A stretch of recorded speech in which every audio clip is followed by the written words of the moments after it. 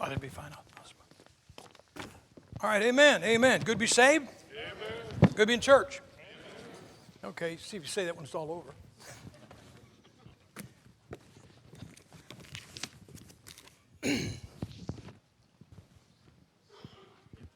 All right, I'm going to mention a couple things about the book table, only because we're desperate.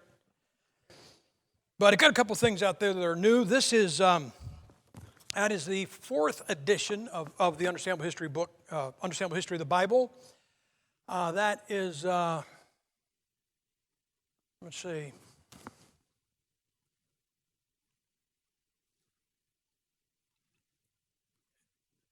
It's 1, 2, 3, 4, 5, 6, 7, 8. This is about the 8th printing. This is different in from the third edition in that I had 50 pages on two split subjects. One is the English Standard Version, which is kind of like the current hot item amongst the fundamentalists or liberals or whatever they are. And then also information on the MEV, Modern English Version. And the Modern English Version, some people are being caught up with it because they say, well, it comes from the Textus Receptus. And I'll just tell you up front, I was surprised when I looked at the MEV because it's actually, the New King James isn't good, but the MEV isn't as good as that. But I will tell you this. We were talking about, Brother Craig, we were talking about your brother going home yesterday. Mike Collingwood, back in 1987, the very first edition of that book was printed by his brother, Mike Collingwood.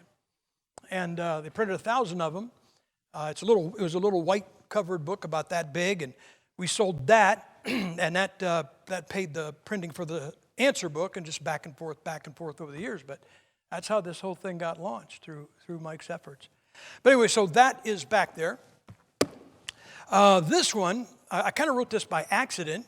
It's called Why We Believe the King James Bible. And Bible Literature Missionary Foundation, they're down in Shelbyville, Tennessee. They've done most of my printing for about 35 years. And about 2-3 years ago, Brother Bobby Lamont, they were celebrating their 50th anniversary. So he called me up and he said, we're having a 50th year commemorative Bible printed up, and we'd like something in there on why we believe the King James Bible. So I wrote him up about 16 pages, and when I'm doing it, I'm thinking, boy, this would be a good book. So I add a little bit to it. It is about 27 pages, but it's a great handout. When somebody says, hey, why do you guys believe? There it is. Now, you can see the difference between a real brief answer and an in-depth answer, but if you just want to give something to somebody, that may be a good one. And then if you're familiar with the answer book, it's the little book that looks like this, only it's got a dark blue cover. And that's been, I think, about 10 or 11 printings. This is the second answer book. The first answer book covers charges brought against our King James Bible, about 62 of them. This one starts at number 63 and goes to number 90. Some of the stuff that's covered in here is where should a Bible believer begin in defending their Bible? I get this a lot. People say, well, where do I start as far as, when I'm going to talk to somebody about this, what's the first thing I ask? And so that's covered. This is one. Isn't the Bible settled in heaven? That's kind of one of those liberal things that they hide. Well, the Bible's settled in heaven. Yeah, but I need one for visitation. Isn't the King James Bible written in Old English, which we will deal with tonight? What's the difference between the fats and the vats in different King James Bibles? I deal with that. Can you correct the originals with the King James Bible? That is in here. Aren't conservative translations trustworthy? And several others. In fact, as I speak, the third answer book, which would be after this one, this goes to 90. That one goes from 91 to, I think, 125. As far as charges brought against our Bible. So those are out there on the table. But guys, look, I don't want you to think you have to go by and buy something because you sure don't. You can feel free just to go by and leave money. All right, we're going to talk about the King James Bible because even King James Bible believers labor under a misconception that the King James Bible is written in Old English. Now, part of the reason is because of the font that was used and the spelling. The font that was used, we would call it Gothic. It's very ornate, ye old print shop, that kind of stuff. But the fact is that Geneva, which actually came out before the King James, 1557 was New Testament, 1560 was the Old, used Roman type, just like the King James. I have no idea why Barker, the printer for the King James, used that type, because it's very hard to read. It is just not easy to read. And then you have things like son, spelled S-O-N-N-E, and things like that. I can show you in a King James Bible the word said, spelled 4 different ways in one book. It's spelled S-A-I-D, S-A-I-D-E, S-A-Y-D, S-A-Y-D-E. You say, well, that's a mistake. The smallest unit of preservation promised to us is not a letter. The smallest unit of preservation promised to us is a word. Heaven and earth shall pass away, but what? My words. And when you have to explain this to people, because I tell people, the guys engage in what I call conviction poker, which is I'll see your conviction and raise your conviction. And so you say you believe the King James Bible, and they go, well, you believe the words, I even believe the letters. And then they'll go through that Vats charade. And you ask them, well, what's the smallest unit of preservation? A jot or a tittle. And a jot is like the dot of an I, and a tittle's like the cross of a T. Okay, there's 2 problems wrong with that statement. 2 problems with that statement. Number one, the Lord said that the jots and tittles would be around until the law was fulfilled. Do we know somebody that fulfilled the law? Yeah. So by the cross, it was all taken care of. So we don't need the jots and tittles. But the second thing is actually a misrepresentation. They always say a jot is like the dot of an I. Let me ask you this. Is the dot of an I a freestanding letter? No, it is not. A jot is. Is the cross of a T a freestanding letter? No, it is not. But a tittle is. So the smallest unit of preservation is a word, and so God preserves the words. Now, I want you to know I am not in favor of changing the spelling. I don't trust the people in the printing companies, okay? I really don't. I guess it's the conspiracy theory that runs in me, but I don't want them to mess with my book. But we're going to talk tonight about Old English and Middle English and English. What we're talking about is the history of the Bible in English, in our language. I got some stuff here to pass. Guys, I guess you can pass these out if you got those, or sell them to them if you can. Make them pay. Yeah, why don't you do it 1 per household, and if you got some more extras, if you got some extras, brother, just let them know, and then somebody can put their hand up to get them. Have you ever heard anybody say this? There's like 200 English Bibles out there. You ever hear that? Well, fact is that there have been 560, and you're holding the list in your hand. This list is a compilation of a couple that I found, and then I've added probably 150 that were either overlooked or more recent to it. But we're going to look at this list, and you can take that home with you. That way you don't have to say there's 560. How do you know? Because some guy said that. Doesn't mean a thing. You got the evidence in your hand. If you have that, what I want you to notice, and when you get it, is that first off, there was never a complete Bible printed in Old English. Never. There was only one ever done in Middle English, which is very famous. We'll talk about that.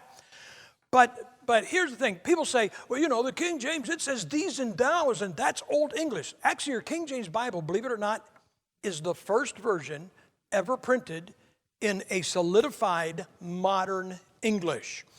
Old English developed around 450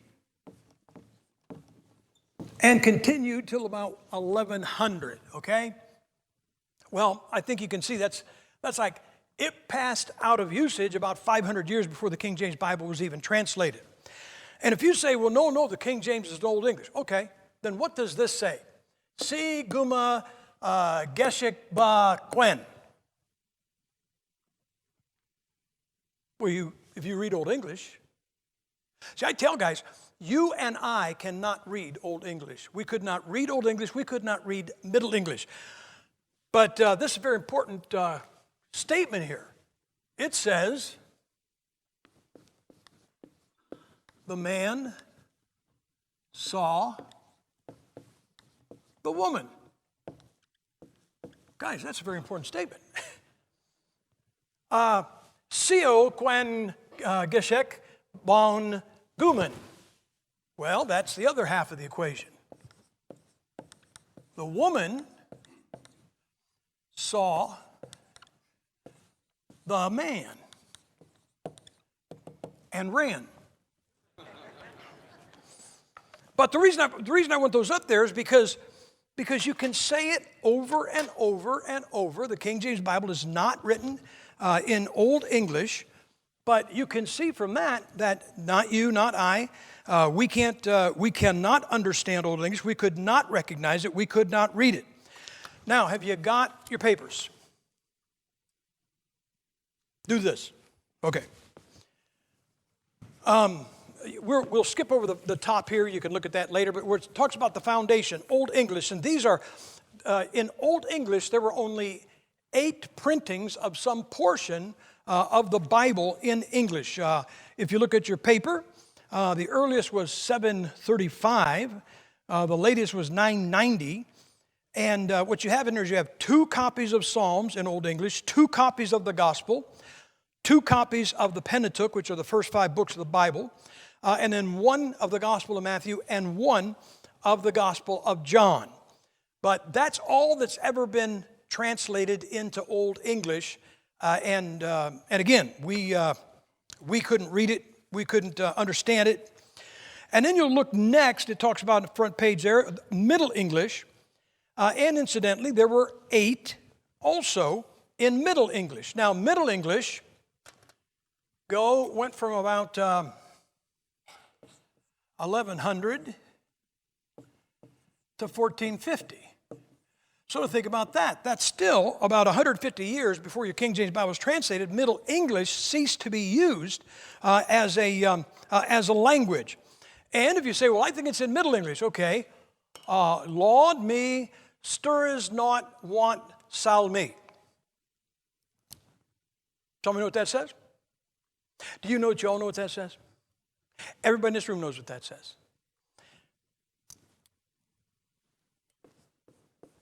The Lord is my shepherd. But you see, guys, we can't read Old and we can't read Middle. And so your King James Bible is not, well, you know what? There was a glass of water around here somewhere. Does anybody know what happened to it? The guys that moved the pulpit, did you steal my water? Okay, thank you very much. I also need some notes. Or we take an offering, we could stall that way. In Middle English, there was 1 copy of the Gospel and the book of Acts, 1 copy of Revelation from the French. Well, who would want that? 2 copies of Psalms. 1 was a portion, just portions of the New Testament. 1 was of the Gospels. 1 was of the Pentateuch, the first 5 books, and the first 4 of the New Testament, the Gospels. And then probably the most important, and really, it was the beginning. This was like the beginning of a snowfall, and it was 1380, and it was the printing of the Wycliffe Bible. You know, we moved out to Idaho about 4 years ago, and one thing that Idaho is known for is mild winters, kind of like Toledo. Really mild winters. I mean, you know, it might snow during the day, but by the next day, it all melts off. And we were staying in the house next to the church one Wednesday, and it started to snow. Okay, first year I was there. Thank you very much, brother. It started to snow, and snow is such a non-issue there that the church doesn't even own a plow truck, or most people don't own a plow truck. The church has a little John Deere Gator with a blade on it, and the poor guy that plows snow is open to the elements. And it started to snow about 1 o'clock in the afternoon, and by 5 o'clock, I mean, it was like it was a little snow, it was pretty snow, it was, wow, that's a lot of snow.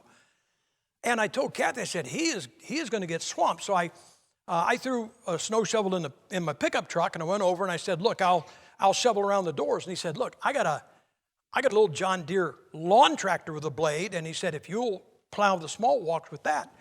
And so he started about 1 o'clock, I started about 5 o'clock, and literally we plowed snow right through the service, the midweek service, until about 11:30 that night. But you know when it just started. You ever see how it starts like a nice little snow? And then it keeps coming and coming and coming. Well, the Wycliffe in 1380 was like, that was the beginning of the flurries. That was the beginning of the Bible in English. I am going to say this. I say this with a little asterisk because I'm not prepared to stand on this. I have always said that the Wycliffe came from the Latin Vulgate, Jerome's Latin Vulgate, the corrupt one that follows the Alexandrian manuscripts. There may be evidence that it did not. There may be evidence that the Wycliffe Bible did indeed do an end run around the Alexandrian family of manuscripts and was actually from the Textus, well, not the Textus Receptus, but the Greek that the Textus Receptus we know of came from. So the reason I'm telling you both is because, you know, like when I teach, I tell my students something. I say, look, guys, I'm not sure of this, but I want you to hear it. I want you to know it. I want you to be aware and familiar with it. So there's a chance that the Wycliffe Bible was indeed from the Antiochian manuscripts. Now, if you look at this, and down at the bottom, it talks about modern English, and modern English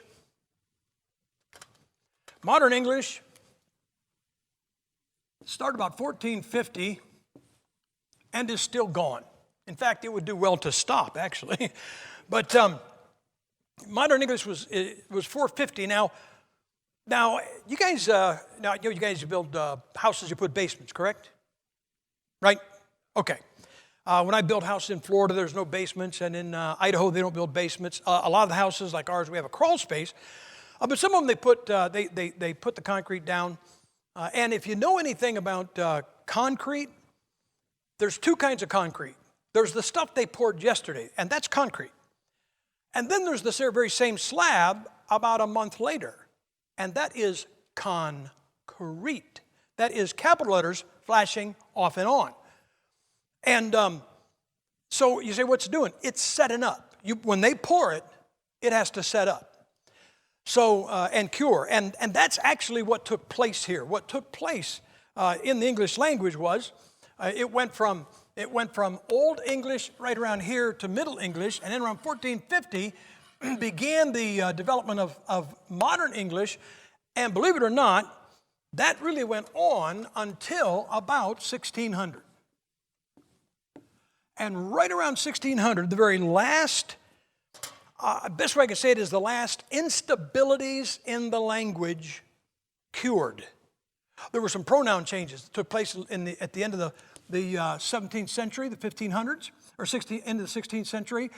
And so English was not a reliable enough language to really, to give us a perfect Bible.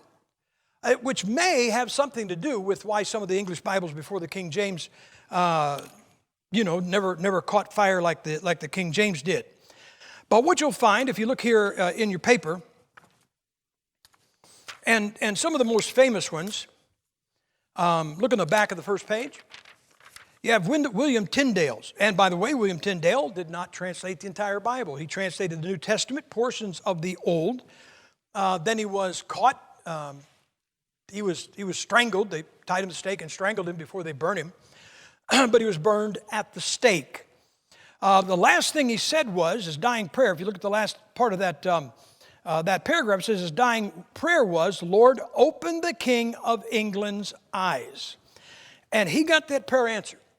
And you hear about Henry VIII, and they talk about Henry VIII. You know, I think he had one wife after another because he wanted a male heir.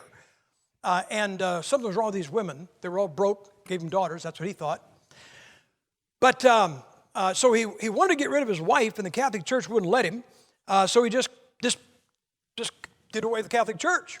And he started the Anglican Church, or the Church of England, which is basically it is the same format as the Catholic Church, except the head of the church is the King of England instead of the Pope in Rome. But we used to call it, when I was Roman Catholic, we used to call Episcopalians and Lutherans, they were Catholics that flunked Latin. But here's what he said. He said he wanted the Bible to be translated into English, into the vulgar English. Now, guys, if we talk about somebody being vulgar, we think they're using foul language, correct? But vulgar simply means common. That's why if I can use this word, original Latin, the Latin of 150 A.D., it was a Latin copy of the Antiochian text that your King James Bible is from. And that Bible became so popular that they called it, in Latin, they called it the Common Bible. But in Latin, the word for common is vulgar. So it was known as the Vulgate because it was common.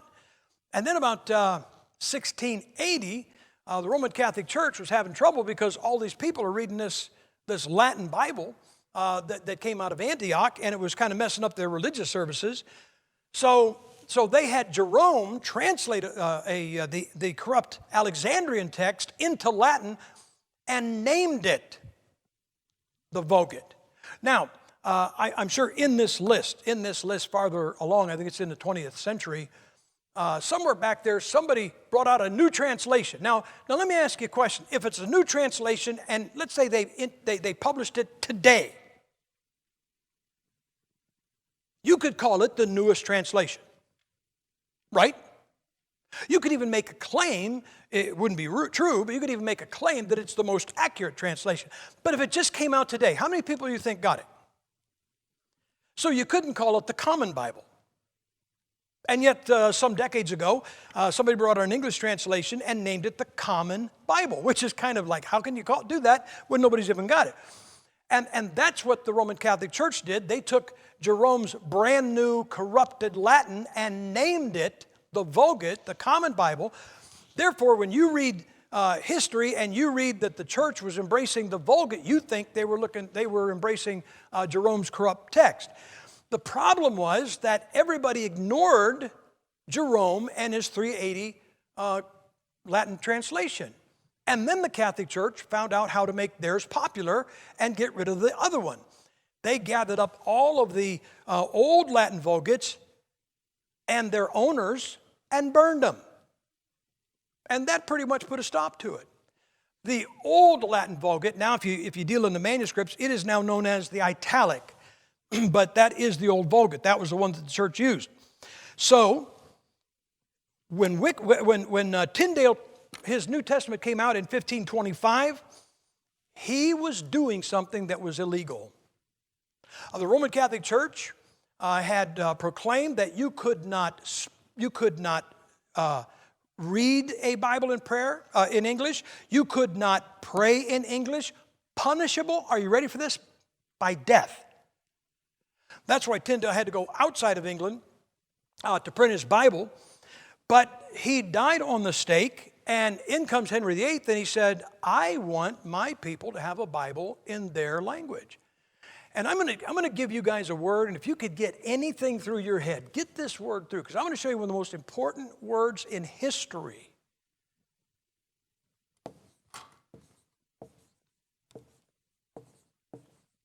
Common. You know, I told you I wrote about 30-some books on the King James issue or some other stuff. And the Bible issue can be very technical. You're studying a lot of Greek manuscripts and such. And when you write a book, like the Understandable History, when you write a book, you have two audiences, and you cannot address both. You have to choose one or the other. And the two audiences that you can address are academia or the common guy in the pew. Now, if you address academia, you'll get this. I get these guys, they come to my meetings, I can tell who they are and where they come from by the way they talk. If you address academia, they all want to talk about, you all want to talk kind of, like 5 stories higher than they live at. Dr. Gipp, your treatise on the second aorist tense there in 2 Corinthians it was epic. Now, if you heard 2 guys talking like that, what would you guys do? Let's talk about guns. Right? If you address academia, it goes over the head of the common man, and he does nothing with it. But the most dangerous person on this planet, it's not a preacher. The most dangerous person on this planet is the common man with a perfect Bible. But if you address the common man, then you guys get something. That's why the most important word in my history book is understandable history of the Bible. Because if the common man gets it, he goes and does something with it, but academia is offended that you have not addressed them. And I get some flack, from those guys on that. But guys, Vulgate, the original Latin translation of the Antiochian manuscripts was called Common. When it was translated in 157 AD into Syrian, they named it the Peshitta. Do you know what that word means in Syrian? Common. So you have 2 of the 2nd century's most important translations, one into Latin, one into Syrian, and they became so well known that they swept their areas by usage, and they became known as the Common Bible. And if you read your Bible, if you remember this, guys, the Pharisees were academia. But doesn't it say in the Bible, but the common men heard him gladly? And so God had to put this book in common language. So here's Henry VIII, and he says, I want my people to have their Bible in vulgar, common English. And that was the same thing that King James desired. So in 15, if you're looking on the back of the 2nd page, 2nd paragraph at the top, in 1535, Miles Coverdale says the first complete Bible. Here's what Coverdale did. He took Tyndale's New Testament. He sifted through it. He took some of the stuff that Tyndale had done. I know Tyndale had done Joshua. He might have done the Pentateuch. But he took what Tyndale had done, and then he finished it off. And so he printed the first complete English Bible in modern English, though the language itself, as I told you, was not solidified yet. It was not cured. But he printed it in English. It was first complete Bible, translated into English. William Tyndale, if you look at the paragraph, died before he could realize his dream of placing a copy of the entire Bible in English into the hands of the common people. Although he had worked on portions of the Old Testament, he was not able to complete it. With his death, this task fell to Miles Coverdale. Coverdale was working with him, who had worked with Tyndale on his English translation. It must have blessed Tyndale as he languished in a prison cell awaiting death to hear that his old friend, Miles Coverdale, had completed the work, and in 1535, a year before Tyndale was to die, published it. Coverdale's Bible was the first complete Bible to be translated into English using the pure text from Antioch. Okay, now I'm going to give you guys a kind of a quiz. Remember I gave you a test yesterday and I told you how to pass? And I bet you blew it. So I'm going to give you one more chance. Okay. You see up here where it says number 17, William Tyndale? Okay. The Bible he printed is known as the Tyndale Bible. Can you figure out why? Yeah. Okay, so you see the second one, Miles Coverdale. Do you know what the Bible he translated, do you know what it was known as? The Coverdale Bible. So that brings us to this one, the Thomas Matthews Bible. Would anybody like to guess who translated that one? Not Thomas Matthews. Thomas Matthews didn't exist. Now, there probably was somebody in England named Thomas Matthews, but he had nothing to do with that Bible. The guy that printed the Thomas Matthews Bible was a guy named John Rogers, which I think in Greek comes out Thomas Matthews. But here's what it says. John Rogers had worked with Tyndale and Coverdale on translation of the Bible. Seeing Tyndale's fate And fearing he too would be arrested and burned, he used the alias Thomas Matthews. Thomas Matthews was actually two of the names of his children. I think he had 10 kids, and one of his sons was Thomas, and one of them was Matthew.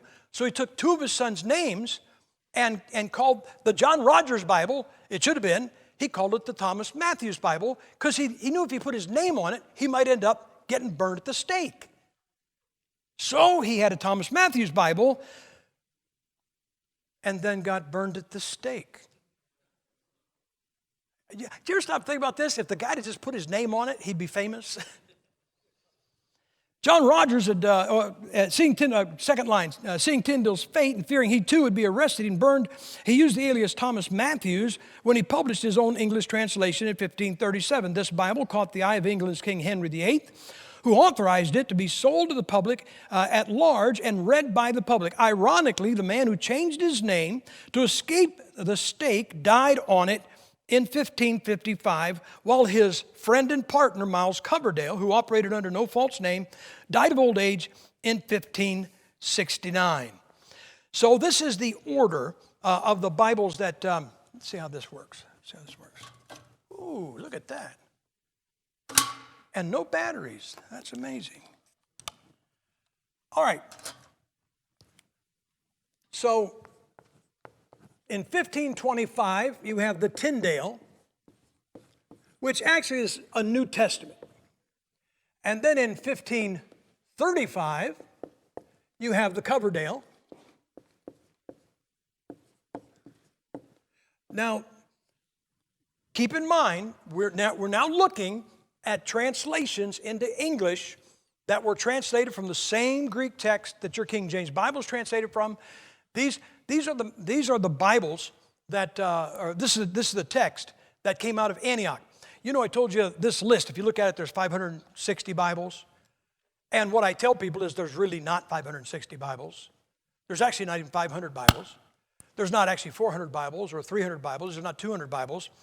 There's not actually 100 Bibles. There's not 50 Bibles. There's not 25 Bibles. There's not 10 Bibles. Guys, there's not 5 different Bibles out there. There's not 3 different Bibles. But there's not one. There's only ever been 2. Because Greek manuscripts, every Bible out there has been printed from a Greek text that comes from one of 2 places. Either Antioch in Syria, which was the head of the New Testament church, or Alexandria, Egypt, which was the head of academia. Everybody remember all those apostles that rushed down to Egypt to evangelize it in the book of Acts? You know what God said? Head for Europe. Get as far away from that place as you can. So if you walk into a Bible bookstore and say, Gipp, look right there, 25 Bibles. How can you say there's only one? There's only 2. See that King James? That's Antioch. The other 24, they're Alexandria. There's only 2 Bibles. And when you look at this, everything you look at, 560? Nope. Every Bible on the sheet of paper you have in front of you either came from Antioch or Alexandria. There's not 560. There's not 500. There are 2 Bibles represented on these 15 sheets of paper, 15 pages you got. In 1537, then you had the Matthews.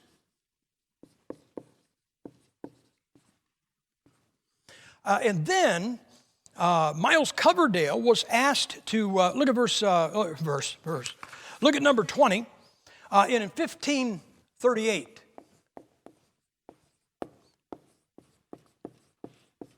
he was asked if he would just kind of go over these and make some corrections. You say, how can you correct a Bible? You can if it's got a mistake in it. You say, weren't those a perfect word of God? Absolutely not. They were on the right track, but the language hasn't healed yet or been solidified yet. And there's another reason why, and I'll talk to you about that. But look at number 20. In 1538, Miles Coverdale was commissioned by Thomas Cromwell, secretary to Henry VIII, and Archbishop Thomas Cranmer to complete a revision of Matthew's Bible to be used in churches. Due to its large size, and it was a very large Bible, this Bible became known as the Great Bible. It is also sometimes referred to as the Cromwell Bible because he initiated the translation, or Cranmer Bible because he wrote the preface. It's sometimes called the White Church Bible because that was the name of the printer. And it's also known as the Chained Bible because it was chained to the altar of the Anglican Church so that no one would walk off with it. They'd have to have a strong back, but they'd have to do it.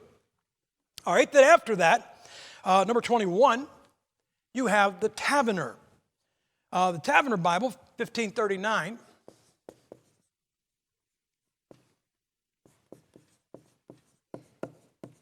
Now, I got to tell you something. I do not proofread people's books. I am working on about 5 books right now, and every now and then somebody will send me an unsolicited manuscript, and they'll say, I'm writing a book, would you proofread it? And I said, no. Well, I want you to publish it. I said, well, the company, I have some protocols for my company for everything to be proofread, and I'm out of the loop. That does 2 things. Number 1, it frees up my time. Secondly, if one of my friends writes a book and it's a dud, I didn't reject it. My reader did. Now, I just had a guy, he wants us to publish his book, and he says, please, would you just please look at it? And I said, brother, you're asking me to lie to you. Because if I tell you I will look at it, I'm telling you guys, I spend my days looking at stuff, studying, researching, like I said, working on 5 books. I said, a guy sent me an unsolicited manuscript, and like 3 years later, I found it behind my chair in the living room. Now you say, don't you feel bad? No, I didn't ask him to send it. But if I'd have told that guy to send his manuscript, I'd have just never got it done. But I did this for a pastor in Australia many years ago. He wanted to write a book about the King James Bible. Now, you know what the Bible says in Psalm 12, 6 and 7? The words of the Lord are pure words, as silver tried in the furnace of earth, purified 7 times. Thou shalt preserve them, O Lord, thou shalt keep them, O Lord, thou shalt preserve them from this generation forever. I don't know what you think the 7 times are, but let me tell you, I don't know. Everybody likes to say, well, you know what that is? Well, I would like to know, and I really don't know that you know. And so here's what I've heard. I have heard that there were 7 English Bibles before the King James, or 6 before the King James, and it's the 7th. And so that's the 7 times. I have heard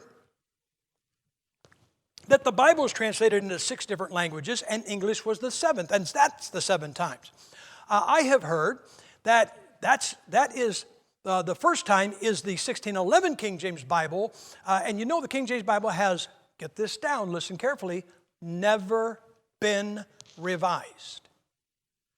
The 1611 Bible has never been revised. There have been additions. And I think the 1769 is probably the text of the one you got in your lap. That was the 7th one.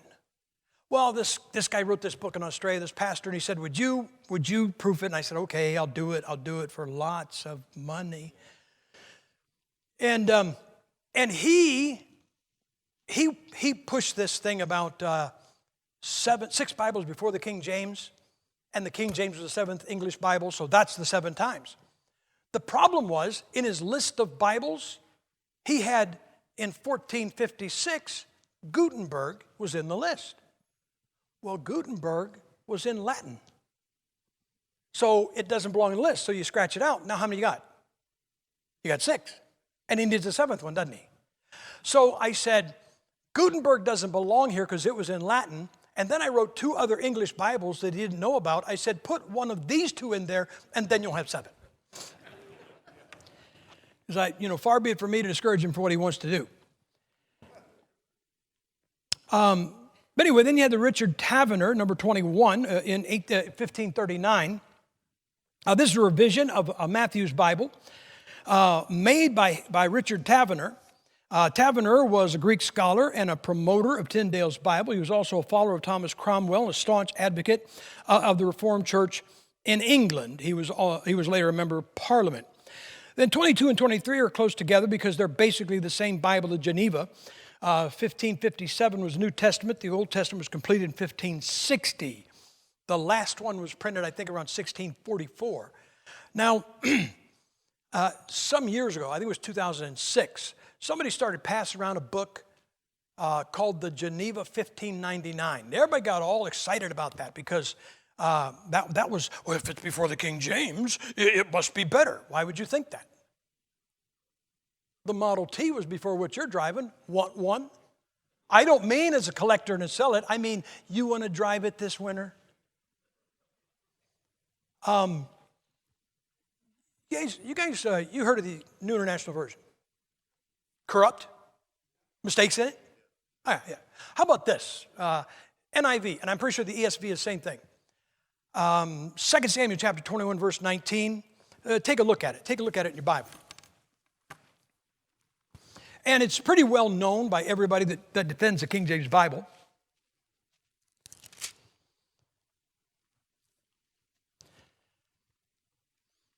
And in 2 Samuel chapter 21, look at verse 19, and there was again a battle in Gob with the Philistines, where Elhanan, the son of Jehoram, a Bethlehemite, slew the brother of Goliath the Gittite, the staff of whose spear was like a weaver's beam. Now you'll notice in that verse, the brother of is in italics, correct? So you know what they do with the ESV and the NIV? They pull the italics out and insert a contradiction. Because an NIV says, Jehoram, a Bethlehemite, slew Goliath the Gittite. Who slew Goliath in 1 Samuel 17? David. But in 2 Samuel 21, it was Elhanan. So they put a contradiction where there was none. Now, do you think that's wrong or right? Come on, guys. Yeah. I don't know why. Because the NIV was just following the Geneva. I've read the Geneva once. Once was enough. It's a good Bible. It's a good Bible. It's just not the perfect Word of God. So, in 1560, you had the Geneva. That was the Bible of the Puritans.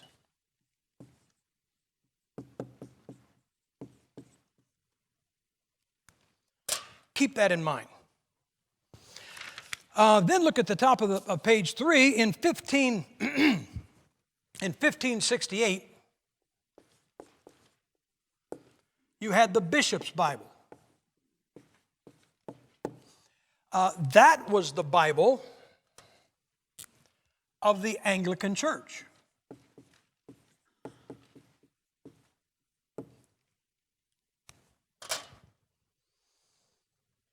Look at the bishops. Well, let's read about the Geneva down there at the bottom of page 2, because it's all good. In 1553, Queen Mary took the throne of England. Unlike her predecessor, Henry VIII, Mary was more loyal to her Roman Catholic Church than to her people. Thus, shunned she the reign of terror on all who were caught trying to translate, print, or publish the Bible in English. Now, let me say this. This is Bloody Mary. She is known as Bloody Mary. King James' mother was Mary, Queen of Scots, two different individuals. Now, King James' mother was a loyal Romanist and killed a bunch of people. In fact, if you think about this, guys, I've had, again, along this line of why the 1611, not why something before or why something after it. Here's what you're going to find. Every Bible prior to the 1611 was one of two things. Keeping in mind, first off, English was not solidified, so it wasn't ready for the Bible yet. But every Bible, every one of these Bibles was one of two things. It was either the translation of one man or one group. The guys, the Geneva, the Anglicans wouldn't use that. They wouldn't have it in their church. That's the Puritan Bible. Do you think the Puritans would use the bishops? Not on your life. So you had those two were one group translations. These were all one man translations. You say, well, the King James didn't translate the King James Bible. I will tell you this, he could have. I don't know if you know this, but most monarchs were illiterate. What do we teach our kids? You learn this and do this and work hard, and someday you might grow up to be president. You could come from the gutter and be president. You just can't be a billionaire and do it. But let me ask you something. How did you get to the throne? Weren't you born of the royal family? So why do you need to read? You got people that'll read to you. King James was a tremendously educated man. At the age of 8, he could read a chapter of the Bible in Latin, translate the entire chapter into French, then translate the French into English. He was a tremendously intelligent and well-educated man, and could have been on his own translation committee, but he wasn't. But the King James Bible was not a one-man translation. It was not a one-group translation. Do you know who translated the King James Bible? A bunch of Puritans, along with a bunch of Anglicans. This is kind of like the Democrats and the Republicans. But you know what the Anglicans did? The Anglicans did on the King James Translation Committee. You know what they did? They kept that book right there from being a Puritan Bible. Do you know what the Puritans did? They kept that book right there from being an Anglican Bible. In fact, you know why this is a miracle? Do you know why the King James Bible is a miracle? Have you ever seen anything put together by a committee that was done right? You know what they say the definition of a camel is? A camel is a horse put together by a committee. Your King James Bible was put together by a committee of 47 guys. And it's perfect. I didn't say it's good. I said it's perfect. Not a mistake in it. Want an easy job? Everybody likes an easy job. I'm going to give you an easy job. Take a King James Bible, change one word, print it and publish it. You just took perfect and made it imperfect. That is an easy job. All right. Look at, I will keep reading. This dark chapter in English history is immortalized by Fox in Fox's book, famous book of Martyrs, due to the persecution brought on by Mary. Work on the English Bible moved to a more safe location on the continent in 1560. An English translation was published in Geneva. By the way, you know I couldn't get over? You know, the Puritans tend to be Calvinistic. Today they call them Reformed.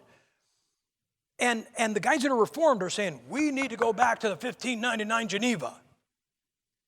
Do you know who, now get this.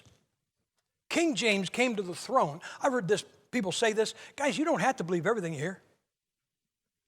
And here's what they say. Well, King James came to the throne and they hounded him until he said he would translate a new Bible. Really? Because he came to the throne, but not with that marker.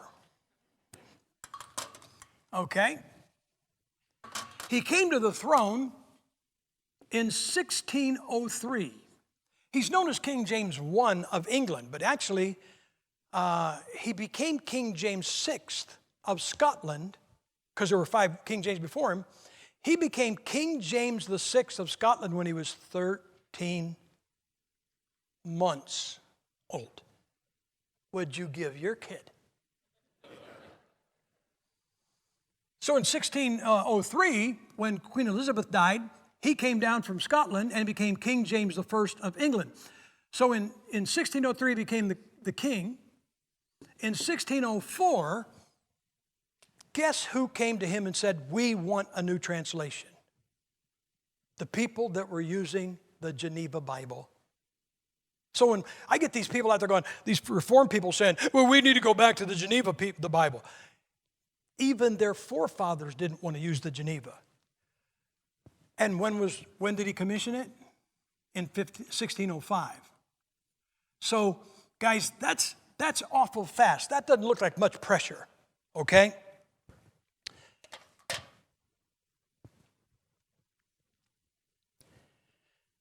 This was the middle of the paragraph, bottom page 2, and this was to be the second most popular English Bible. That's about the Geneva.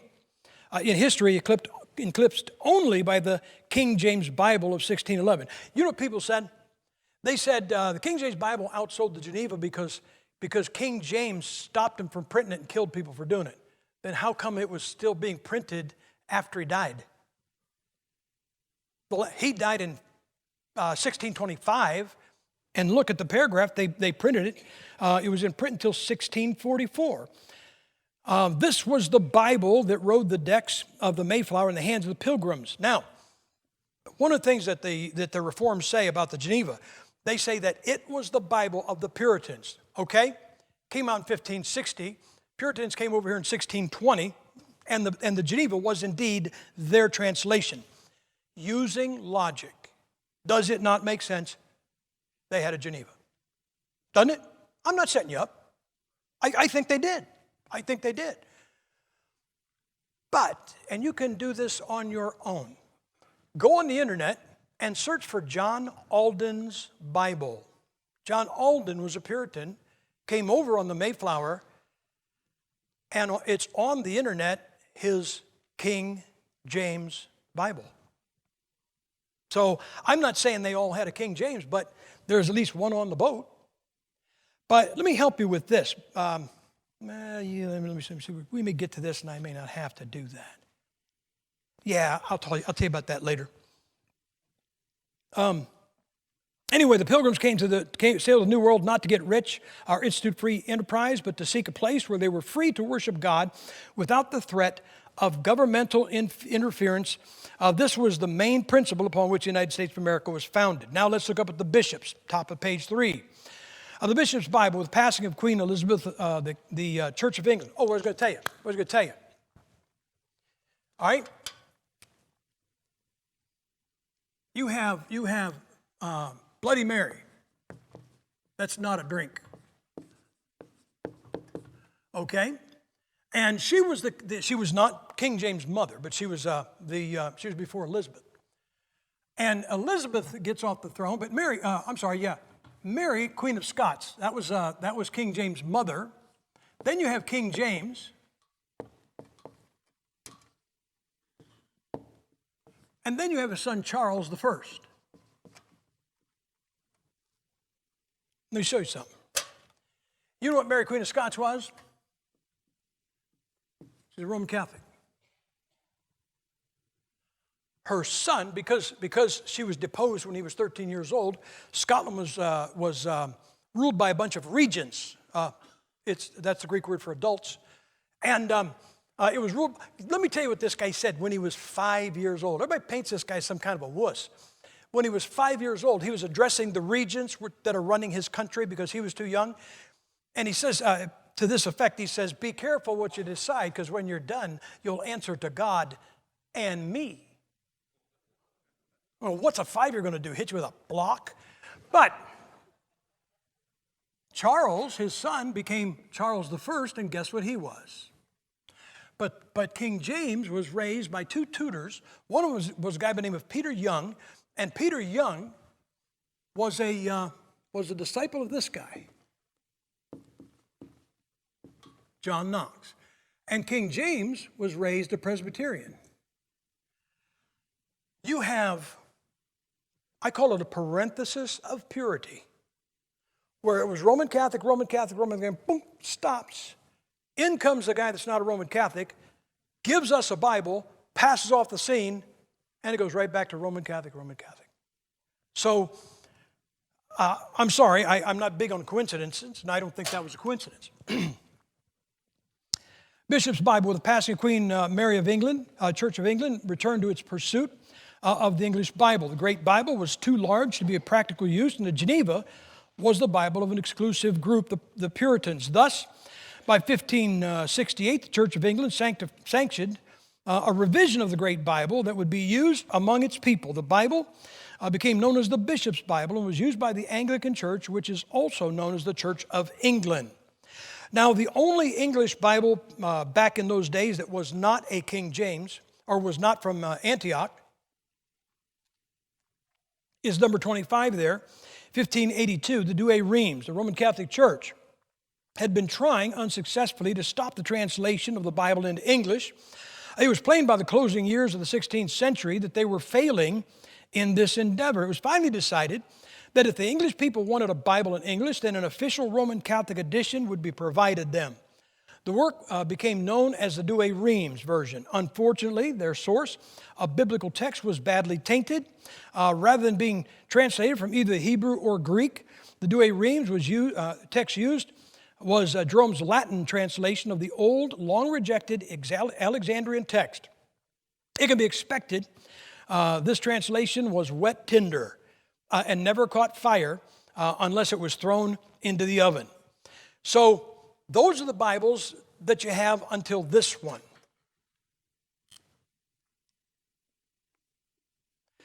And in 1611, you got the King James Bible. And, people say, well, it did that. It did good because it was authorized by him to be used in the Church of England. There's no history of anything him ever saying that it was to be used. In fact, you know what he wanted? I'll tell you what he thought. He wanted his people to have the Bible in English, the English people. You know, I don't know if you know this, but King James was the guy that united the warring tribes of Scotland and Ireland and England, and he built the foundation for what was known to later be known as the British Empire. Now, sidebar, do you know what the English flag looks like? Not what you think. You've seen the Union Jack, have you not? That is not the English flag. The English flag, the flag of England, you'll see it sometimes. If you're looking, if there's some kind of a parade and you're watching TV and you'll see somebody waving a flag and you'll see an odd-looking flag, here's what you'll see.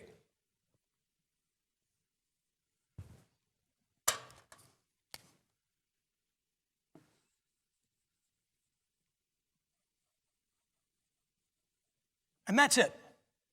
It's a white flag with a red cross on it. That's called the Cross of St. George. And that is the flag of England. That is not the flag of anybody else.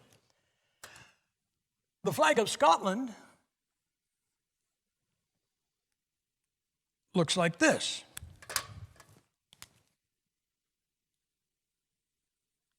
Now, they fill it in a lot better than I do.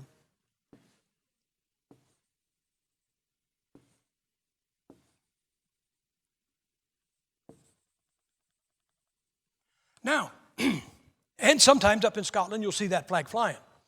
Now, let me ask you something. If you saw two groups, didn't know who they were, didn't know what their flags meant, but one was waving that flag and one was waving that one, wouldn't you say, those guys are not together?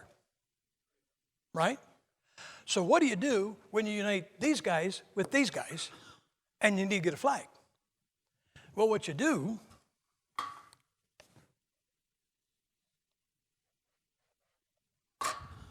and this is what King James did. He took the flag of England and superimposed it over the flag of Scotland and came up with what is known as the Union Jack. He was the designer of the flag known as the Union Jack.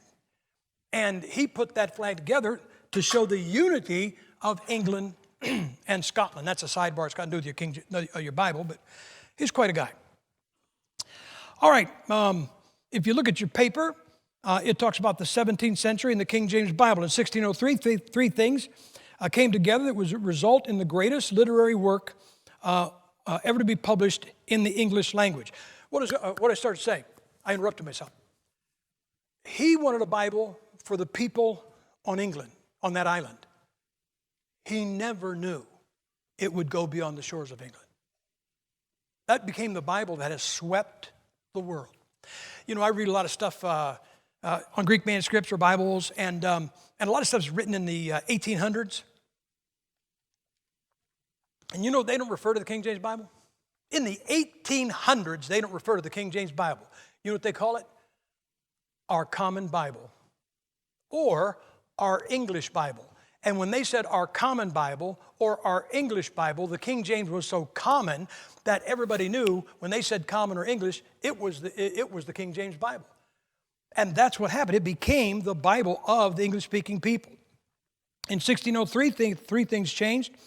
Three things came together that would result in the greatest literary work ever to be published in the English language, the King James Bible. The first was the ascension to the English throne of the Scottish king, James VI, who promptly became known as James I of England. This great king was to unite the warring kingdoms of England, Ireland, and Scotland, and laid the foundation for what was to become known as, in history, as the British Empire. Did you ever hear that famous statement, the sun never goes down on the British Empire?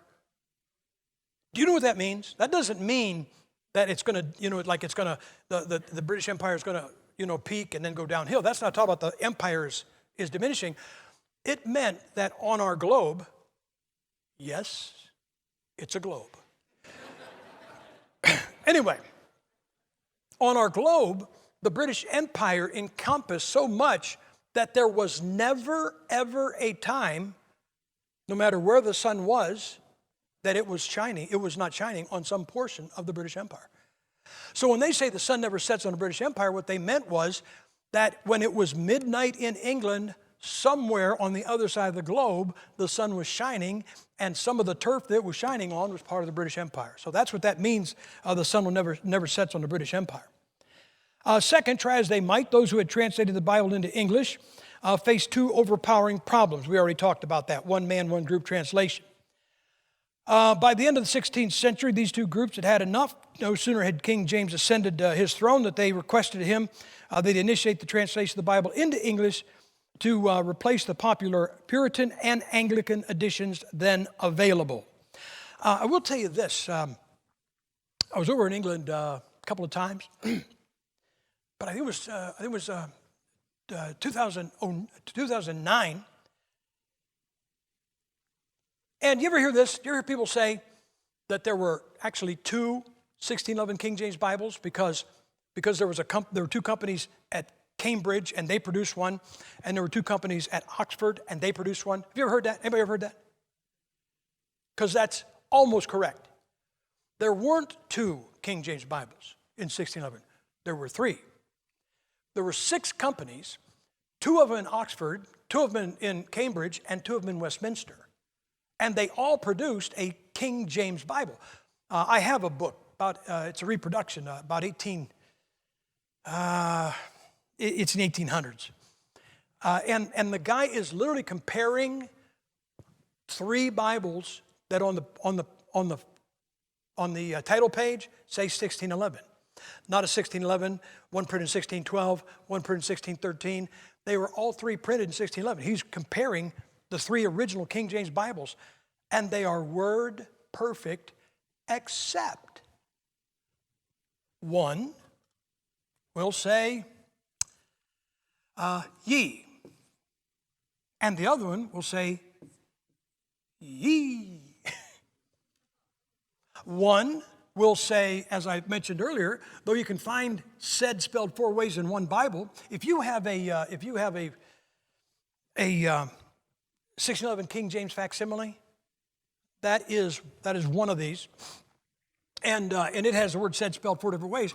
But one of them it have the word said spelled in the same. You look at one verse in 3 King James Bibles. One says S-A-Y-D, one says S-A-Y-D-E, and the other one says S-A-I-D-E. But as I mentioned already, the smallest unit of preservation is a word, so the word is preserved. So I'm over in England, and we're in Westminster, and I'm with a missionary and some guys from his church, and there's this guide. He is, telling everybody about this and this. And so we're in this large room, we're looking at stuff, and the guide comes over and he says, "Would you come with me, sir?" And I thought, uh-oh, he found out. And he took me, and he found out what I did. One of the guys told him what I do. So he said, "I want to show you something that is not part of the tour." And he took me upstairs in Westminster and opened up a room, and he said, this is the office of John Harmar. John Harmar was one of the King James translators. He said, "You are now standing in the room that one of the King James translators did his work in," which was pretty neat, pretty exciting. So by the 16th century, those groups had enough. Here's what he told me. This figure right here. If you look page 3, number 26, 1, 2, 3, toward the end of the 3rd paragraph, it says the work was begun in 1604 and was completed in May of 1611. He said that the first recorded sale of a King James Bible is in May of 1611. They say, "Oh man, that's 5 months after the year started." No, that's 1 month after the year started. Because in 1611, it was up until, tell you in a second. It was up until 1752. Before 1752, they started the year on April 1st, just like in the Bible. That was the Julian calendar. There, I got it in your notes. Anyway, that was the Julian calendar, and so The 1611, if they'd have sold it about 2 months earlier, it'd be the good old 1610. And when they changed in 1752 to the Gregorian calendar, there were a bunch of stalwarts who said, we're not going to do it. We're going to keep celebrating New Year's on the 1st of April instead of 1st of January. And so to pressure those people into joining everybody else, when they began their new year on April 1st, they began to play tricks on them and called them April Fools. And that's where April Fool's Day comes from. I already gave you this. The third was the coalescing of the English language, and that tells you some of the things that took place. Now, starting here, we're not going to go through all of these because we've got 560. But starting with number 27, you're looking at some of the Bibles that were just from the 17th century, the 1600s. I will tell you what some of them are. From the 17th century, of course, you got the King James. There was a paraphrased New Testament in 1653, an annotated Bible in 1657. There was a Romanized New Testament. Ooh, we don't want that, in 1660. There was Baxter's in 1685 and Clark's version in 1690. Then came the 18th century. And in the 18th century, that would be the very top of page 4, you have this. Look at number 35. 1729, the New Testament in Greek and English. As far as I know, I might be wrong, but as far as I know, that is the earliest Greek-English Bible. In other words, sometimes you'll buy a Greek-English interlinear, and on one page it'll have the Greek, that page of the Bible in Greek, and across the page it'll have it in English. And that was Mace's, Daniel Mace, his New Testament of 1729. Another famous one, though we don't need it, look at number 42, and that is John Wesley. John Wesley was a great man, and he translated a New Testament and put his notes in it. And the one I want to call your attention to is number 56, and it's in bold, 56 and 58.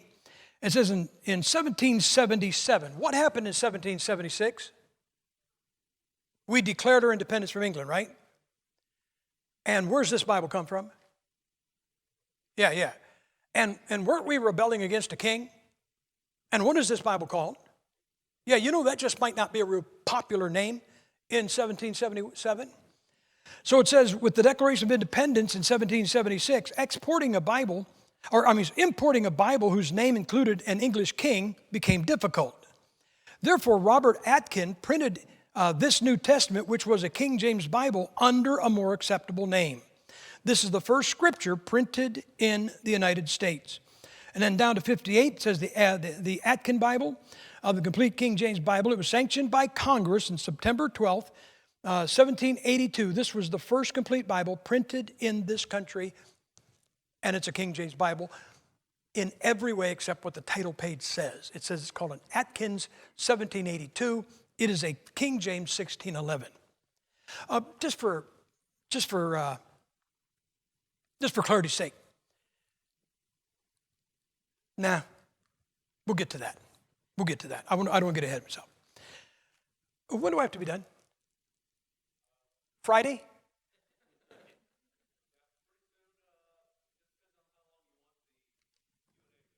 Okay, let me, we're about halfway. Okay, I should be done by then. Probably at least 8:29. Look at number 60, I think it's 61. And look at this. What's interesting about this, the Thomas Bible, which is not particularly interesting. It's a King James Bible with the Apocrypha inserted between the Testaments because it had been in it originally, thrown out because it was never considered Scripture by the translators.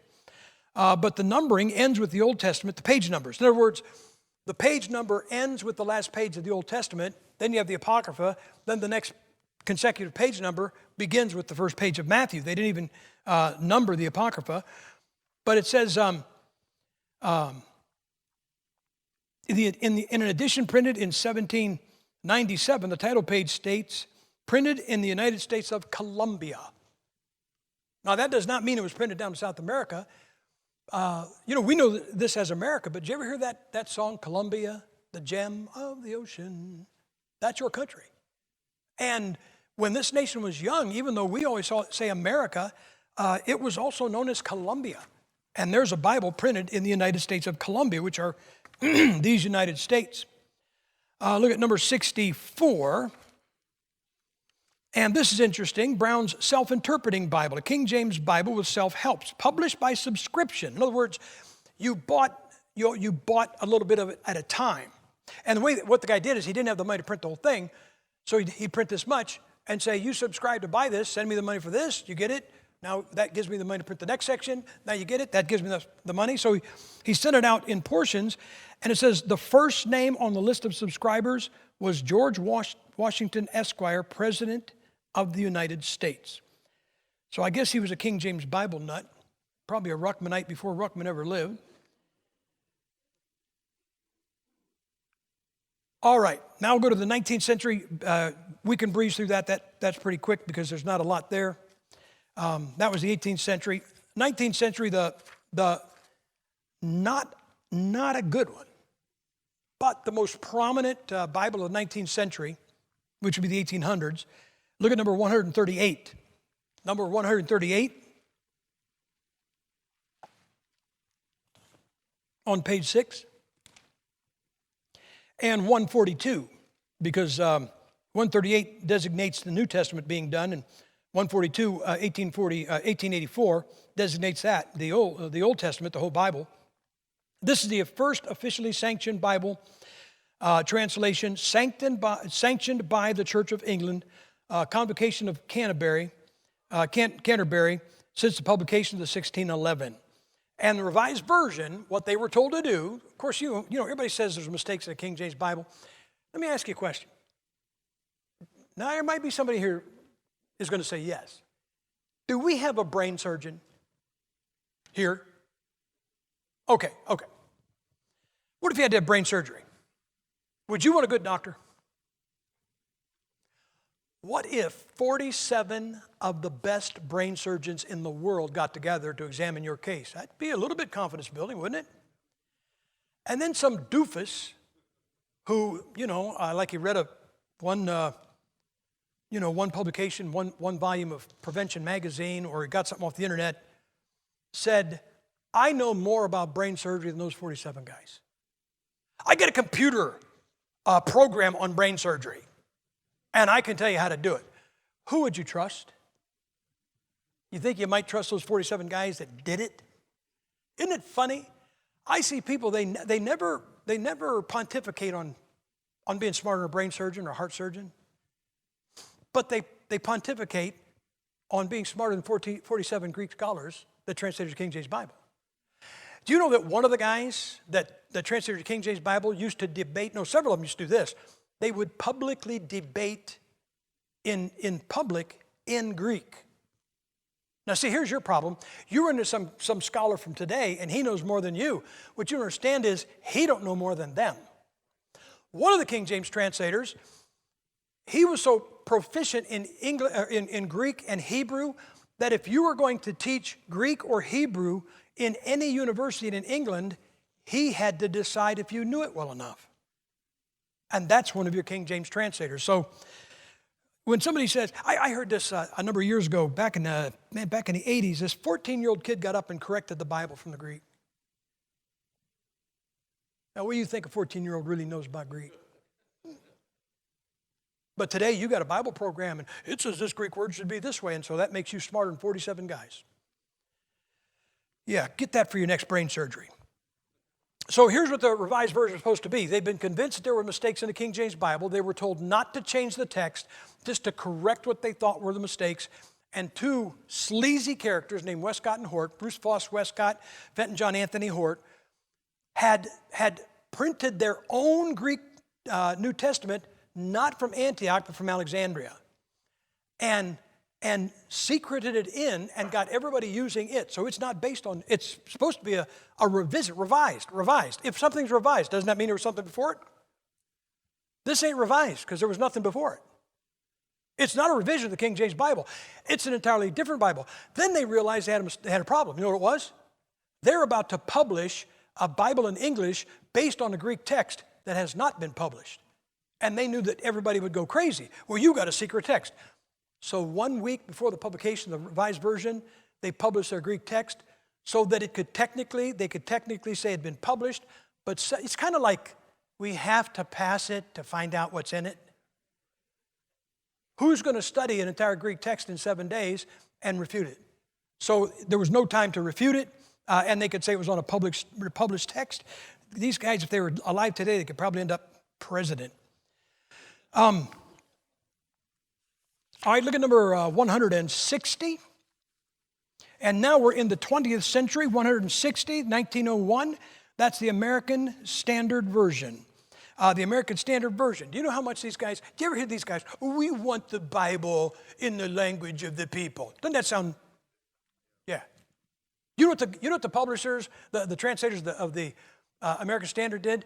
They said, if you'll let us, to the RV, if you'll let us use your copyright, we won't do our translation for 15 years. We will let those people not have a perfect Bible so you can make your money off your RV, then we'll bring ours out. That's dedication. And this finally went bankrupt. You know, the Word of God going bankrupt because God wasn't blessing it. Look at number 259. 259. That is 1946. That's the Revised Standard Version New Testament. 269 is the 1952. That's the Old Testament going along with it. That was a revision of the Revised Version. So the Revised Version got revised into the American Standard. The American Standard got revised into the Revised Standard. I don't know why they call it Standard because nobody used it. Look at number 341. In 341, 1973, you have the New International Version, the New Testament. And that has been revised several times since. I want to call your attention to number 371 and number 425. 371. 371 is a 1982 New King James Version. You guys heard of it, right? Right. A number of years ago, I debated on national television, the head of that translation committee, a guy by the name of Art Farstad. He's a nice man. I believe he's saved. I believe he loved the Lord. He just made a mistake here. That's all. And then 425, you have the 1994 New King James. Did you ever hear anybody say this? Which King James Bible do you use? A 1611 or 1638 or 1762 or 1769? And when I hear them talking those numbers, I think, how many stitches would you like? Let me ask the men. The men will have the answer. There might be some women who probably have the answer. Guys, if I said, tomorrow I'm going out and buying a 1911, somebody tell me what I'm buying. Oh, I'm not buying a 1911 Ford? You know I'm buying a gun? What caliber? 1911 45, huh? Yeah, Colt automatic pistol. Except that in 1945, when they brought that out, or in 1911 when they brought it out, you only got it in 45 caliber. But today, you can buy a 1911, the same mechanism in a 9mm, or Smith & Wesson 40 cal. But it's a 1911. And that Bible in your lap is basically the last edition, the 1769, but you know what it is? It's the 1611 because it reads the same. So when somebody says that, here's what I ask them. Well, which New King James do you use? The 1982 or the 1994? You know why there's a difference? Open your Bible to Zechariah chapter 13, verse 6.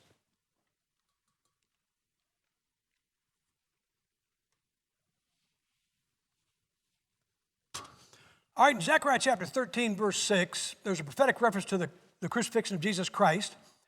And it says, what are these wounds in thine hands? Correct? Okay. The 1982 New King James says this, what are these wounds in your hands? Now, I told you, I'm not for changing any word, but the prophecy is still there, correct? They just said in your hands instead of in thine hands, right? But if you have a 1994, here's what they did. They made changes in the New King James in 1994 and didn't tell anybody. I got both of them that I use for doing this. And in the 1994 New King James, it says, what are these wounds between your arms? And you just lost a prophetic reference to the crucifixion of Jesus Christ, and you can have two New King James versions looking at the same verse, and they both read radically different. So when somebody says the thing about, well, there's just been so many King James, yeah, but they all read the same. That one doesn't. Number 451, just about done, 451. 451 was the Holman Christian. Now, you see where it says Standard Bible? That's not true. I don't mean because it's not standard. When it came out, it was called the Holman Christian Study Bible, not Standard Bible. And then they, somewhere along the line, they decided to change it to Standard Bible. Now, 21st century, look at number 460. And 460, you got the King James 2000 version. Right under it, you had the King James 21, 21st century. Everybody's going to try to get this. I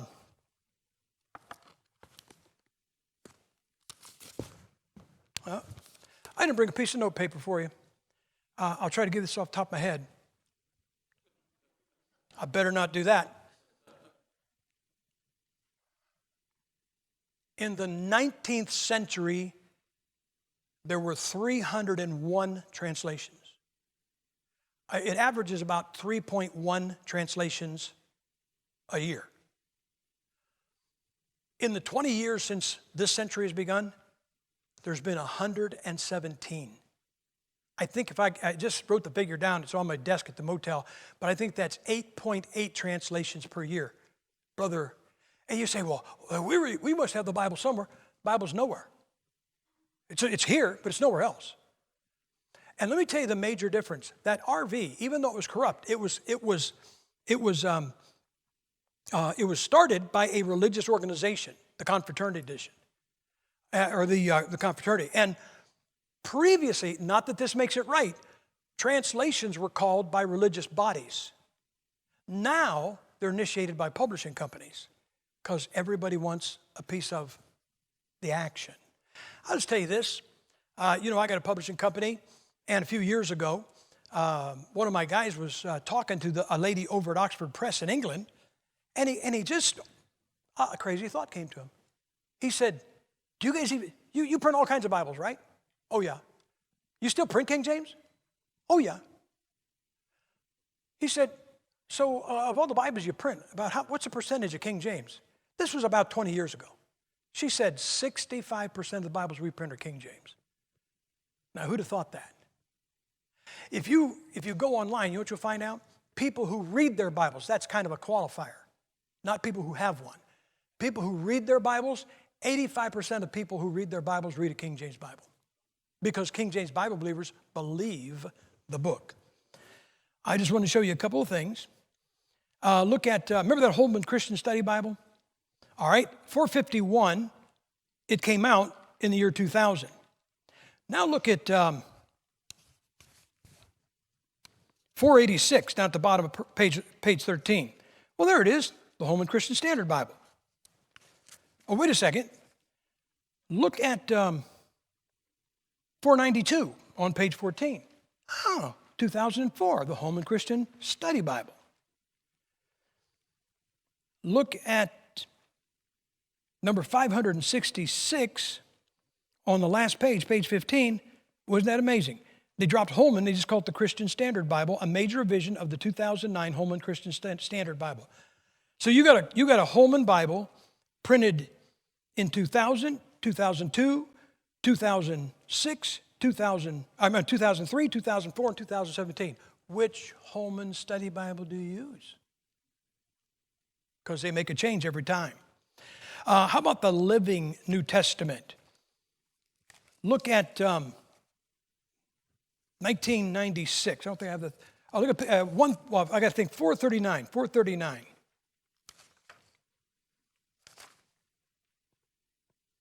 There it is, the New Living Translation, 1996. Now look at 491 on page 14, 2004, New Living Translation.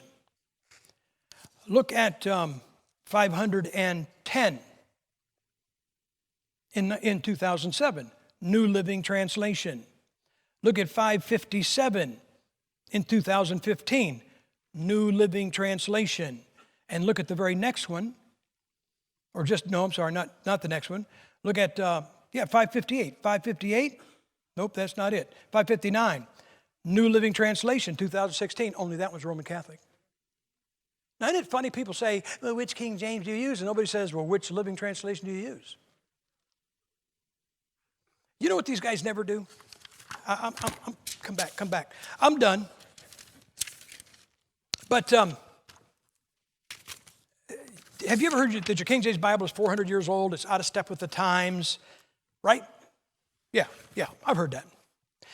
If it's so out of step with the times and it's so archaic, you know what I wonder? How come every time, if they brought out a Bible tomorrow, they'd compare it to the 400-year-old King James?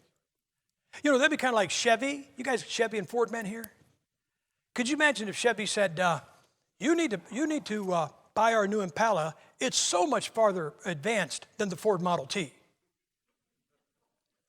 Why, we have electric start. You got to crank that. We have power windows. It doesn't even have windows. We have power locks. It doesn't have door handles. Wouldn't Ford say something like this? Now look, a Model T is great antique. But wouldn't Ford say, why don't you compare your Impala to our new Taurus? You know what you'll never hear? Never, ever, ever will you hear a new translation come out and say, we have corrected the errors of the last new translation. In that John Ankerberg program in 1995, when we were debating those guys, Art Farstad came over to me afterwards. The funniest thing happened. There were 8 of us. We were all making a last statement. And it got to Art Farstad, New King James, and he was majority text, but he was pretty much TR. And I think he brought up the subject of the last 12 verses of Mark, which had never been brought up in 8 programs, 8 half-hour programs, or 8-hour programs, had never been brought up. And the guy sitting next to him, who was working on the New American Standard, he said, well, I was going to say something, but I have to address what he said. He tried to correct Farstad. And Farstad came over to me afterwards, and he was very, what's that word? Just kind of introverted.